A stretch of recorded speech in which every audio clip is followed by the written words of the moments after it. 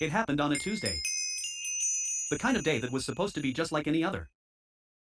I was meeting Megan, my girlfriend of 5 years, at our usual spot after work, the little cafe by the river where we first kissed when we were 17.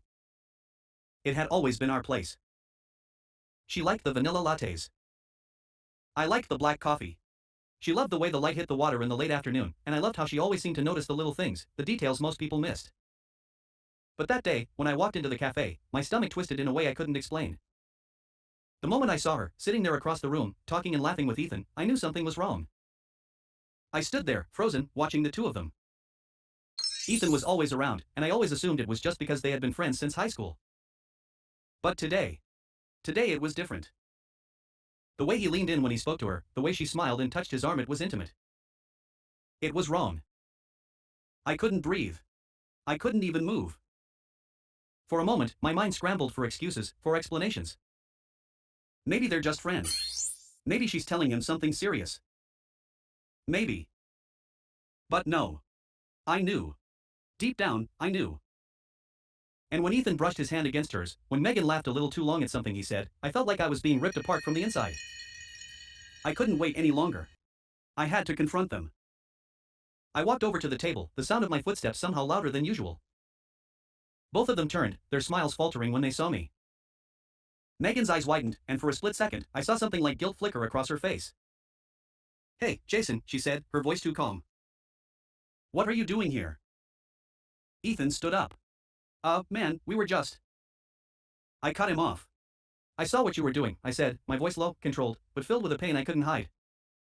"You and Megan. Are you seriously gonna do this?" Megan stood up, too. "What do you mean, Jason?" Her tone was all fake concern, like she had no idea why I was upset.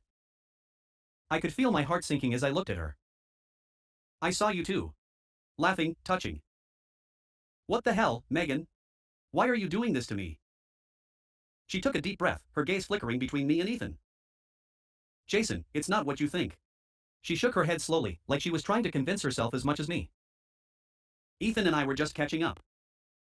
You know, he's been going through a rough time, and I've just been there for him." But I could see the way she avoided my eyes when she spoke.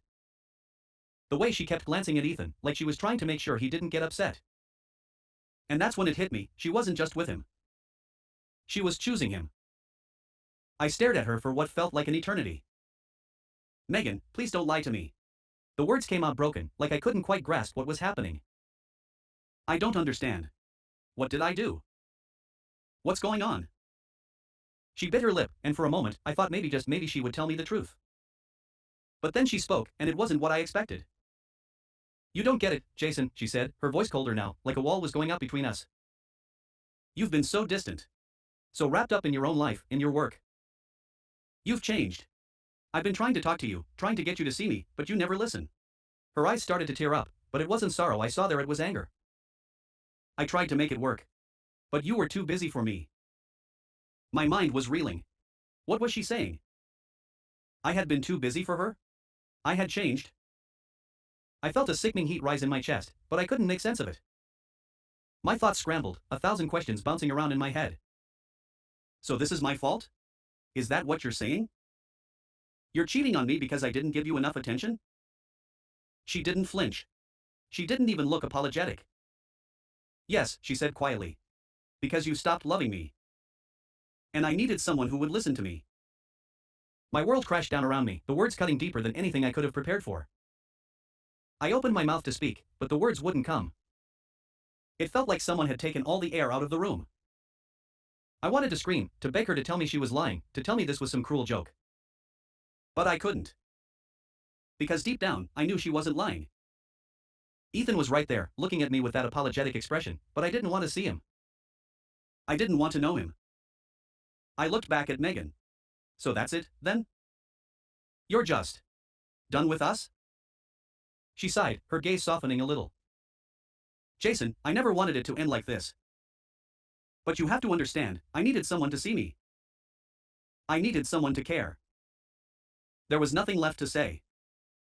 Nothing I could say that would make her stay. I felt the weight of everything, years of memories, the girl I thought I would marry, everything we'd built together crumble in an instant. I turned, walking out of the cafe without looking back. It wasn't until I was sitting alone on the steps of the park, my hands shaking and my chest tight, that I realized something. I wasn't just broken because she had left me for someone else. I was broken because I had let it happen. I had let the distance grow, had let her slip away without even noticing. And now she was gone. I kept telling myself I wasn't to blame. That I hadn't been perfect, but I wasn't this bad. But in the quiet of my own mind, I knew that I had failed her. I had failed us.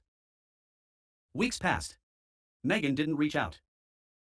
Ethan didn't try to be my friend. I spent a lot of nights walking around the city, trying to piece together the fragments of the life we had shared. Then, one night, Megan texted me. A simple message. I'm sorry. I stared at the screen, my thumb hovering over the keyboard, but I never replied.